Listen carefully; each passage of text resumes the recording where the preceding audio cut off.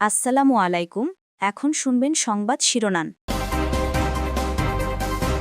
রাজধানী সহ বিভিন্ন স্থানে 1 সেকেন্ডের ব্যবধানে আবারও 2টি ভূকম্পন অনুভূত।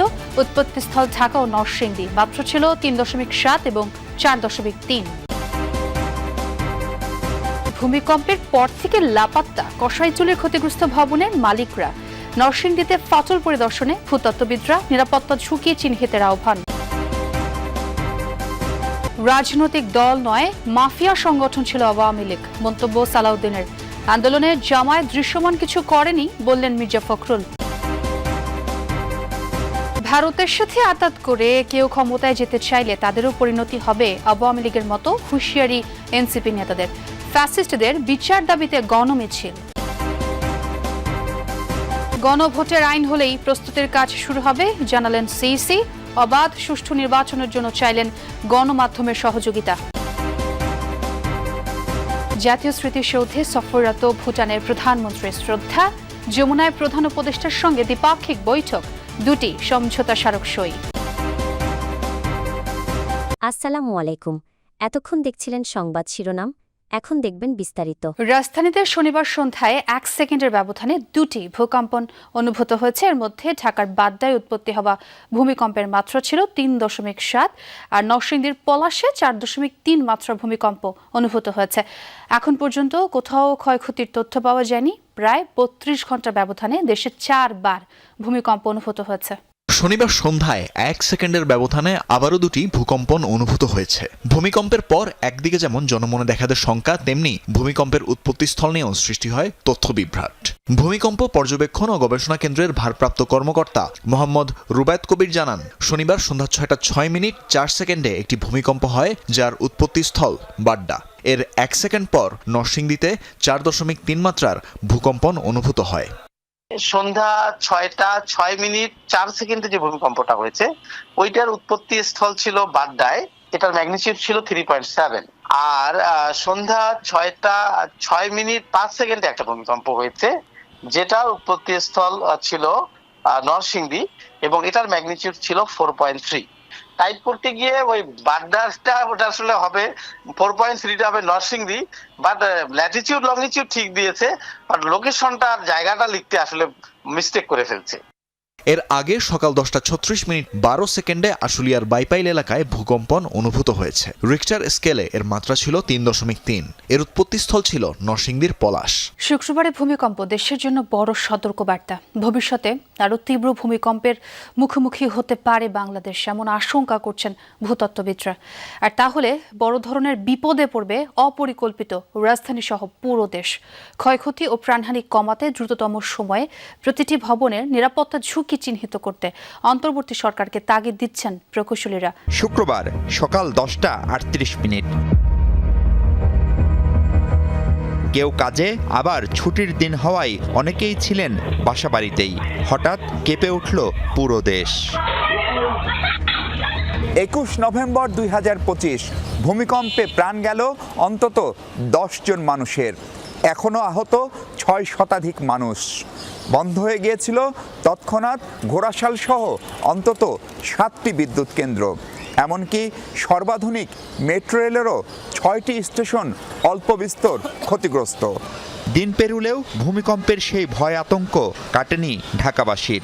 অনেকেই বলছেন জীবনে এমন পরিস্থিতির মুখোমুখি হননি। এদিকে ভূমিকম্পে নরসিংদীর পলাশ রেসিডেন্সিয়াল মডেল কলেজের মাঠে দেখা দেয়া ফাটল পরিদর্শন করেছে ঢাকা বিশ্ববিদ্যালয়ের ভূতত্ত্ব বিভাগের একটি দল। র্যাপিড ফিল্ড টেস্টের অংশ হিসেবে বেলা 12টায় ভূতত্ত্ব বিভাগের গবেষক, শিক্ষক ও শিক্ষার্থীদের একটি দল ঘটনাস্থলে পৌঁছায়। এরপর কলেজ মাঠের ফাটল ধরা অংশের মাটি পর্যবেক্ষণ করেন তারা। সংগ্রহ করেন বেশ কিছু তথ্যপাত্র। আশপাশের বাসিন্দাদের সাথেও কথা বলে দলটি। গবেষণাগারে পরীক্ষা নিরীক্ষার জন্য ঘটনাস্থল থেকে নমুনাও সংগ্রহ করেন তারা। শেখ হাসিনার সরকারের পতনের শেষের 10 বছর দৃশ্যমান কোনো আন্দোলন করেনি জামায়াত, এমন অভিযোগ বিএনপি মহাসচিব মির্জা ফখরুল ইসলাম আলমগীরের। অন্য অনুষ্ঠানে জামায়াতকে বিভ্রান্তিকর পরিসংখ্যান দিয়ে জাতিকে বিভ্রান্ত না করে জনগণের মুখোমুখি হওয়ার পরামর্শ দেন দলটির নেতা সালাউদ্দিন আহমদ। আর আমির খুসরু মাহমুদ চৌধুরী জানান, শুধু গণতন্ত্রের স্বার্থে বিএনপি এখনো অনেক কিছু সহ্য করে যাচ্ছে। স্বাধীনতা, সার্বভৌমত্ব ও গণতন্ত্র রক্ষায় শহীদ মিনার এলাকায় মিছিল করেন মুক্তিযোদ্ধা ও মুক্তিযুদ্ধের প্রজন্ম। চেতনার ব্যবসা করতে করতে এর আগে আলোচনা সভা করেন তারা। অনুষ্ঠানে বিএনপি স্থায়ী কমিটির সদস্য সালাউদ্দিন আহমদ বলেন, আন্তর্জাতিক মান বজায় রেখেই শেখ হাসিনার মামলার রায় হয়েছে, এর বাস্তবায়নও হবে। এ সময় জনদাবির সাথে সম্পৃক্ত হতে জামায়াতকে পরামর্শ দেন তিনি। আন্দোলন থেকে রাতারাতি সরে আসা একটু লজ্জা শরমের ব্যাপার আছে, কিন্তু জাতীয় রাজনীতিতে কৌশলে জনদাবির সাথে একাত্মতা পোষণ করা অত্যন্ত জরুরি। জামাতের টিকিট কাটলে জান্নাতের টিকিট কাটা হবে। কোথায় আছে আমাকে বলুক, তারা দেখিয়ে দিক কোথায় আছে। এবং এটা ঠিক না ধর্মকে ব্যবহার করে রাজনৈতিক ফায়দা নিয়ে নেওয়া, এটা কখনোই আপনার ইসলাম এই কথা বলে না। গত 10 বছর কিন্তু আমরা তাদের এই ফ্যাসিস্ট হাসিনাকে পরাজিত করবার জন্য ভিজিবল দৃশ্যমান কোনো কাজ দেখিনি। বাংলাদেশ ও ভুটানের মধ্যে স্বাস্থ্য সহায়তা ও ইন্টারনেট সংযোগ সংক্রান্ত দুটি সমঝোতা চুক্তি সই হয়েছে। ভুটানের প্রধানমন্ত্রী শেরিং তোবগের নেতৃত্বে ভুটান বাংলাদেশ দ্বিপক্ষীয় বৈঠক শেষে সই হয় এই চুক্তি। বিকেলে প্রধান উপদেষ্টা ডক্টর মোহাম্মদ ইউনূসের সাথে একান্ত বৈঠকও করেছেন ভুটানের প্রধানমন্ত্রী। বিকেলে প্রধান উপদেষ্টার কার্যালয়ে যান সফররত ভুটানের প্রধানমন্ত্রী শেরিং তোবগে। এ সময় তাকে স্বাগত জানান প্রধান উপদেষ্টা ডক্টর মোহাম্মদ ইউনূস।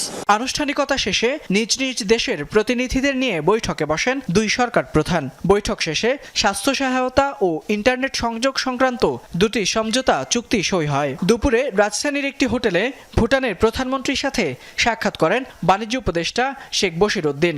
দুদেশের মধ্যে কিভাবে বাণিজ্য আরও বাড়ানো যায় সে বিষয়ে আলোচনা করেন তারা। এনসিপি নির্বাচনে অংশ নিলেও বিচার ও সংস্কারের ব্যাপারে আপোষহীন থাকবে বলেছেন দলের আহ্বায়ক নাহিদ ইসলাম। আওয়ামী লীগ ও জোট সঙ্গীদের বিচারের দাবিতে গণমিছিলে কথা বলেন তিনি। দলটির অন্য নেতারা বলেন, ভারত শেখ হাসিনাকে আশ্রয় দিয়ে বাংলাদেশের মানুষের বিপক্ষে অবস্থান নিয়েছে। যদি কোনো দল ভারতের সাথে মৈত্রী চুক্তি করে ক্ষমতায় যেতে চায়, তাহলে তাদের পরিণতি আওয়ামী লীগের মতোই হবে। জুলাই গণহত্যার দায়ে দণ্ডিতদের সাজা কার্যকর এবং দল হিসেবে আওয়ামী লীগ ও জোট সঙ্গীদের বিচারের দাবিতে গণমিছিল করে জাতীয় নাগরিক পার্টি। রাজধানীর এসকাটন গার্ডেন রোড থেকে শুরু হয় মিছিল। জাতীয় প্রেস ক্লাবের সামনে গণমিছিল শেষে বক্তব্য রাখেন দলটির শীর্ষ নেতৃবৃন্দ। মুখ্য সমন্বয়ক নাসির উদ্দিন পাটোয়ারি বলেন, শেখ হাসিনার বিচার হয়েছে, এবার দল হিসেবে আওয়ামী লীগের ও জোট সঙ্গীদের বিচারের আওতায় আনতে হবে। যেই ব্যবস্থায় শেখ হাসিনা এই গুম খুনগুলো করতে পেরেছে, সেই ব্যবস্থা আর বাংলাদেশে চলবে না। যারা ফ্যাসিজমের সাথে কমপ্লায়েন্স ছিল, তাদের কোনো জায়গা হবে না বাংলাদেশে। আগামী নির্বাচন আসতেছে, যদি কোনো দল ভারতের সাথে মৈত্রী চুক্তিতে অবতীর্ণ হয়ে নতুন ভাবে ক্ষমতায় যাওয়ার স্বপ্ন দেখে, তাদের পরিণতি একইভাবে আওয়ামী লীগ হাসিনার মতন হবে।